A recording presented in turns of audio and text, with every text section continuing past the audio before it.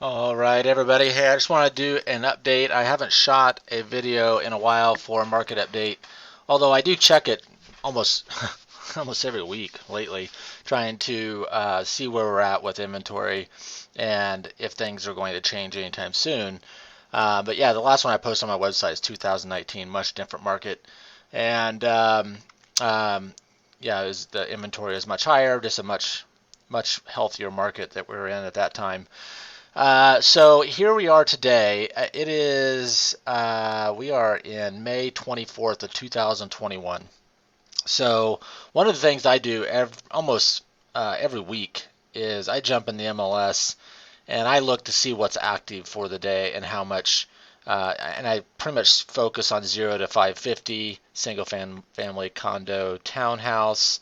And I see, kind of what our inventory level is, and maybe I'll take a look at multifamily. But we've been kind of hovering around this, 1600, 14, 1300 mark for really most of the beginning of this year. And as you know, if you're in the market trying to find a fix to flip, it makes it really tough to find one. If you've got one, or if you're selling one, you're in really good shape, right? We're in an extreme seller's market. So today I just want to kind of do a brief overview like I've done in the past. I just do a real high level look at the Denver market to see if there's any kind of directional shift. As of right now, I don't see one happening anytime soon. I know I hear people all the time like, oh, the foreclosure courts are opening back up or the eviction courts are opening back up. You know, new builders are ramping up, and so all of our inventory is we're gonna get flooded with this inventory, and I don't believe any of that. Just based on what I'm seeing with the numbers, I think our demand is still so extremely high, and our inventory is so extremely low. It's gonna take a while for this correction to take place for us to get back into a healthier market. And when I say a while, I'm going to say probably summer of next year we'll start to see things get better. But really, it might be the summer of uh, you know 2023 before we really get into something that is a little bit more of a healthy market. Um, but I could be wrong. I hope I'm wrong. But anyways, let me go over this. I'll show you what I'm looking at. So I always look at active listings, and I always look at the monthly supply because I like to see the summer and winter months, summer and winter. We're into summer. We're just seeing this slight increase, just not seeing that inventory increase that we need. Here is the summer of 2018.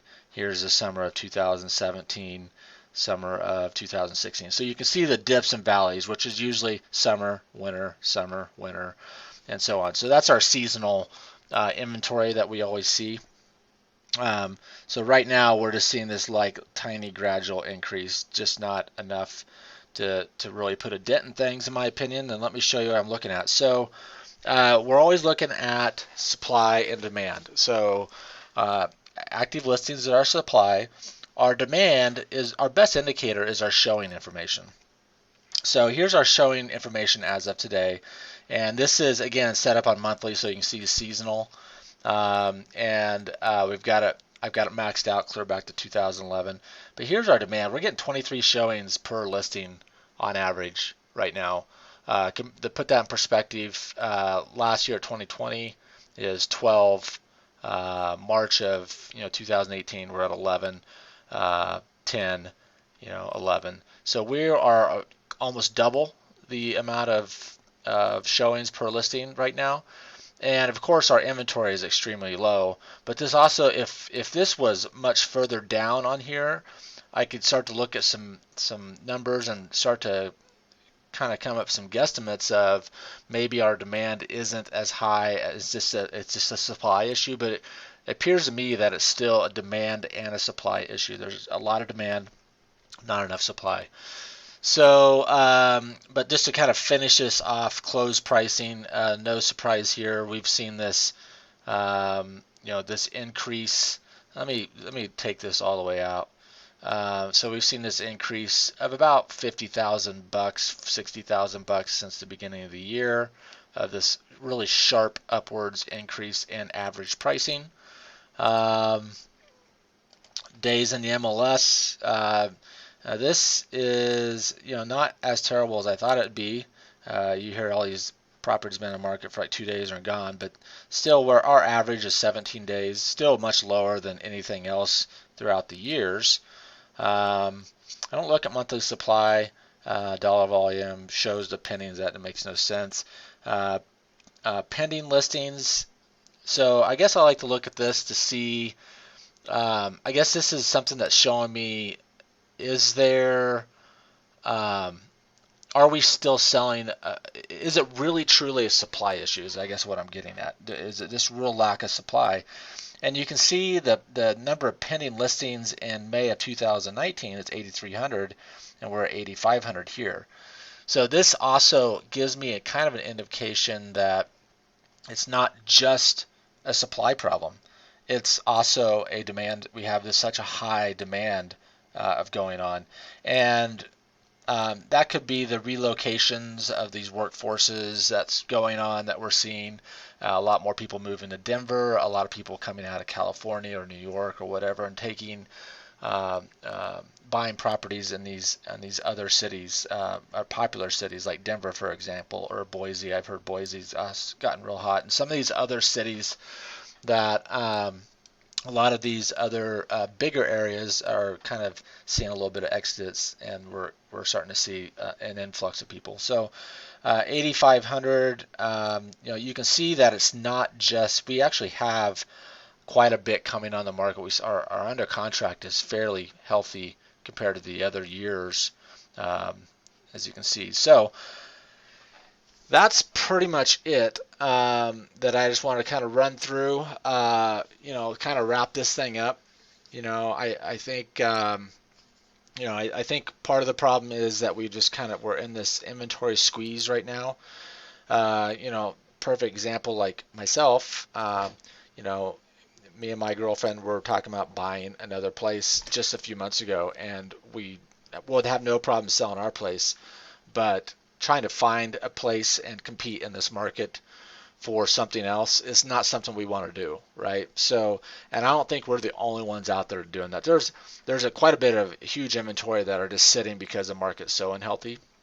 I think that's going to continue with the squeeze. There was a pretty big inventory of sellers out there that weren't willing to list their properties because they're worried about the COVID issue. That's starting to loosen up, so we'll see if that starts to bump up some of the inventory a little bit. And then the big piece has been the new builders have slowed down. Material costs are a problem. There for a while, getting workforces in to work on houses was an issue.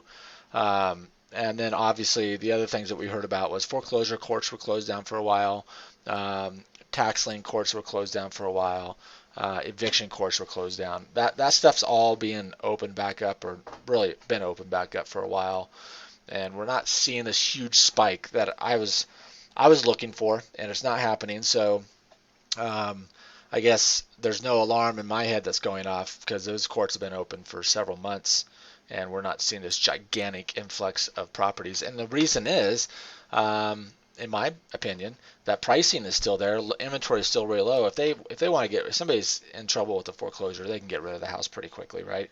If there's a landlord that wants to get rid of one of their rental properties because they've had to evict somebody for the third time out of it, it's not hard for them to sell it. So I just don't think that's going to affect our inventory. I think the fix to our inventory issue is going to be new builders, and I think that's going to take some time.